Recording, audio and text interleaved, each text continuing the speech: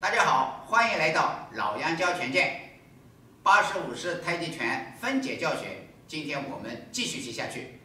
今天学习的是67式搬揽捶。那么搬揽捶前面也学习过几次，但是今天这个搬揽捶呢是在白蛇吐信后面的搬揽捶，所以这个接口我就要再讲解一下。后面的动作呢，基本上呢前面是一样的，我们已经学习过多次搬揽捶的动作。有进步搬揽捶，有搬揽捶。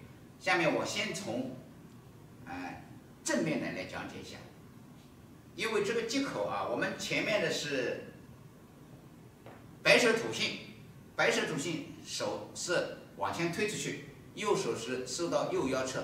而这个搬揽捶呢，第一个呢是要重心要移到，因为我们前面的是右弓步，重心移到左脚。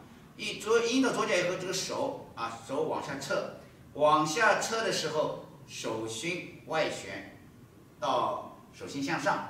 这个右手呢，拳变掌握拳，握拳以后呢，内旋内旋。这个时候我们收右脚收回来。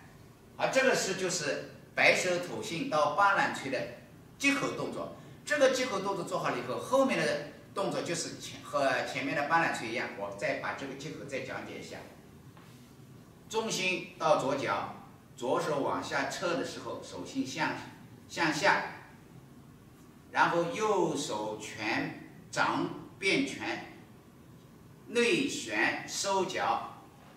好，开始。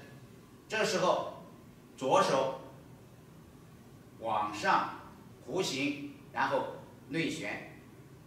出右脚，好，进行，这个是搬揽，左脚上去，右拳收回来，揽，好，捶，弓步，这个前面都学习过啊。